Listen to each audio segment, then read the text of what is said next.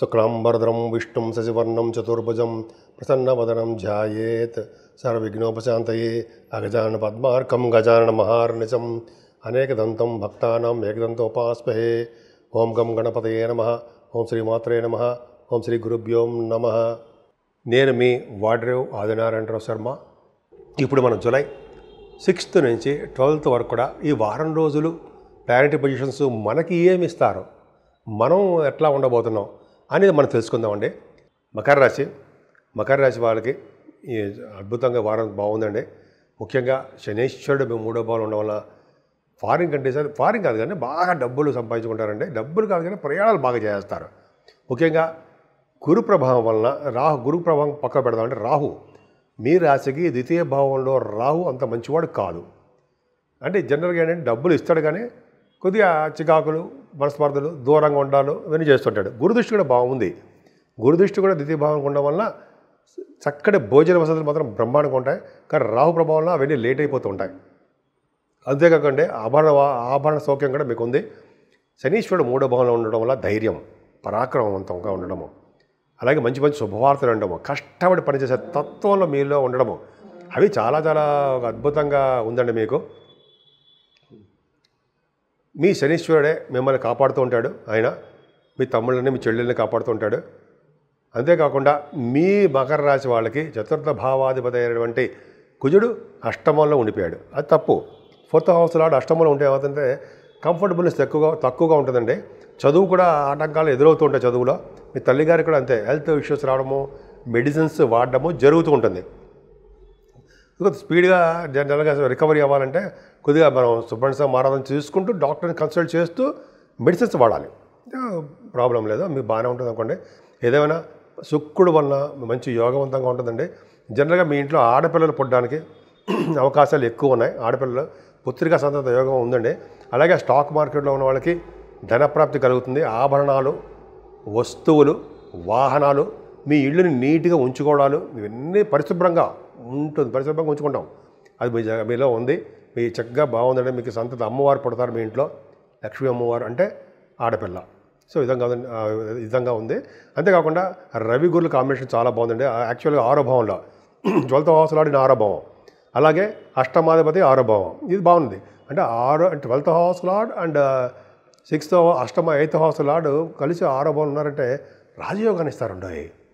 అంటే కోర్టు సంబంధించిన వ్యవహారాల్లో, అంటే లా రిలేటెడ్ సంబంధించిన విషయాల్లో మీకు మంచి మార్పులు వచ్చి ఫేవరబుల్గా ఉండడము, లేకపోతే మేనమామలకు చాలా బాగుండడము, కాంపిటీషన్ ఎగ్జామ్స్లో కానీ ఇంటర్వ్యూస్లో కానీ మీరు బాగా సెలెక్ట్ అవ్వడాలు, విదేశాలు స్టాంపింగ్ అవ్వడము, మేనమామలకు బాగుండడము, అంతేకాకుండా మీరు చేస్తున్న ప్రతి పనులను ముందంజలో ఉండడము, అన్ని శుభాలు వాటంతటా అవే విజయం కలగడము, విజయప్రాప్తి. అలాగే శత్రువులు అనేవాళ్ళు లేకుండా మిత్రులుగా ఉండడము, ఆరోగ్యవంతులుగా అదృష్టంగా ఉండడం జరుగుతుందండి. 7వ భావంలో బుధుడు కరెక్టే. ఎందుకంటే మంచి మంచి వ్యాపారాభివృద్ధి కలిగిస్తుంటాడండి. భార్యాభర్తల యొక్క అనురాగం పెంచుతూ ఉంటాడు. అలాగే వ్యాపార విస్తరణ చేసుకుంటూ ఉంటారు. 7వ భావంలో బుధుడు మంచి చేస్తాడు తప్ప చెడు చేయడానికి అవకాశాలు తక్కువ అండి. 9th హౌస్లో ఆడయ్యాడు. పై కుజుడు, కేతువులు అష్టమ భావంలో ఉండడం చాలా తప్పు. ముఖ్యంగా ఈ యాక్సిడెంట్ సంబంధించిన వ్యవహారాలు, లేకపోతే దెబ్బలు తగలాలు ఇవన్నీ మీకు జరగబోతున్నాయి. అంటే అందరికీ కాదండి, కొంతమందికి వాళ్ళ జాతకాల రీత్యా ఇది ఆపరేషన్ చేయించుకోవడాలు, హాస్పిటలైజేషన్ అవ్వడము చిన్న కొంతమందికి ఉంటాయి, అందరికీ కాదు. మీ రాశి వాళ్ళకి భాగ్యస్థానాన్ని చరించడం వల్ల మీకు భాగ్యం కూడా ధనప్రాప్తి కలగడానికి అవకాశాలు తక్కువ. అంటే వ్యాపారాభివృద్ధి తక్కువగా ఉంటుంది. కోల్ కానీ, ఫార్మా రంగం కానీ, లేకపోతే కొంతమందికి సాఫ్ట్వేర్ రంగాల్లో కానీ, ఇవన్నీ కూడా ఆటోమొబైల్ ఇండస్ట్రీస్ అంటే సరే వాటిలో కూడా భాగ్యం అంటే వ్యాపారాభివృద్ధి తక్కువగా ఉంటుంది. ఏదేమైనా వ్యాపారం తక్కువ ఉన్న ఉద్యోగంలో మాత్రం బ్రహ్మాండంగా ఉంటారండి. ఉద్యోగ ప్రాప్తి ఎక్కువ.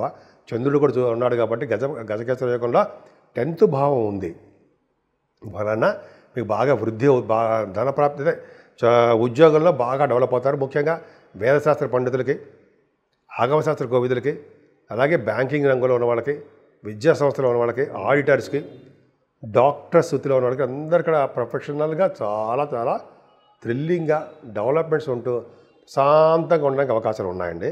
మీరు చేస్తున్న వ్యాపారాభివృద్ధి దినదిన ప్రవర్ధమానం అవుతుంటుంది. డబ్బులు చేతికి వస్తూనే ఉంటాయి.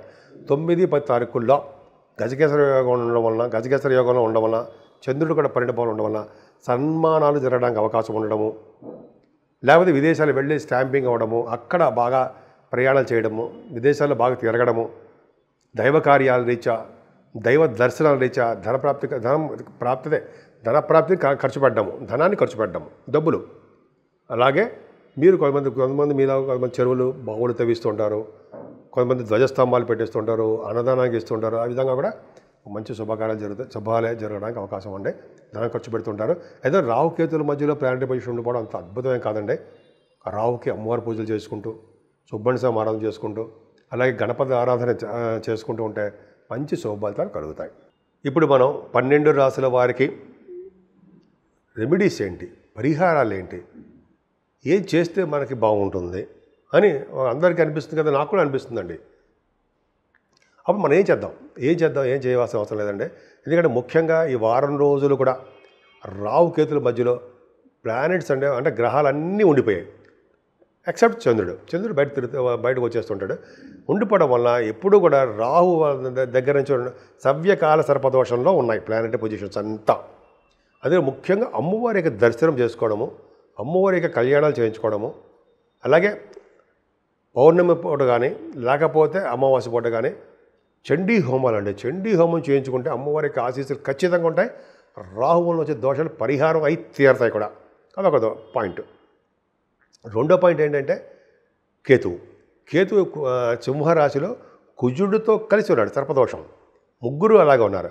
ముగ్గురు అంటే రాహువు, కేతువు, కుజుడు కూడా. ఇలా కుజకేతువులు సింహరాశిలో ఉన్న వాళ్ళకి అంటే మంచిదే, కానీ చిన్నపాటి దోషం కూడా. కాబట్టి మనం కేతువు కంట్రోల్కి రావాలంటే గణపతి ఆరాధన, నిత్యము గణపతి పూజించడం. కొంతమంది అయితే లక్ష్మీ గణపతి హోమం చేసుకుంటారు, అది పవర్. అయితే లక్ష్మీ గణపతిని పూజిస్తారు, అదొక అద్భుతం. అయితే గణపతిని ఆరాధన చేసుకుంటూ, పౌర్ణమి పూట ఆరాధన చేసుకుంటూ, మీ పేరున పూజలు చేసుకుంటూ ఉంటూ, స్వామివారికి గరికి సమర్పించుకుంటూ ఉంటే ఇంకా చెప్పాల్సిన పనే లేదండి. పైగా కుజుడు కూడా ప్రభావం మీకు ఉంది కాబట్టి సుబ్రహ్మణ్య స్వామి ఆరాధన కూడా చేసుకుంటూ ఉంటే అద్భుతమైన ఫలితాలు ఉంటాయి. ముఖ్యంగా శనీశ్వరుడి యొక్క దోషం కూడా మీ ఉందండి, మీ రాశి వారికి ఉంది. కాబట్టి శనీశ్వరుని ఎప్పుడు వదలకూడదు, తైలాభిషేకాలు చేసుకుంటూనే ఉండాలి. అలాగే ఆయన స్వామివారి చుట్టూ ప్రదక్షిణ చేస్తూ, అలాగే అక్కడ మీ పూజ చేయించినటువంటి బ్రాహ్మణ వారికి దక్షిణ ఇస్తూ, ప్రదక్షిణ చేస్తూ మీరు అలా ఉంటే చక్కని ఫలితాలు మీకు వచ్చి తీరుతాయండి, అంత డౌటే లేదు. పక్కనే ఆంజనేయ స్వామి వారు ఉంటారు. ఆంజనేయ స్వామి వారు కూడా తమలపాకులతో పూజించడం వల్ల, ఆయన్ని సింధూరంతో సమర్పించడం వల్ల, అలాగే ఆ స్వామివారికి అప్పాలు సమర్పించడం వల్ల, అలాగే చేసుకుంటుండడం వల్ల శనీశ్వరుడు వచ్చే దోషాలు చాలా పడి పరిహారం అవుతాయి.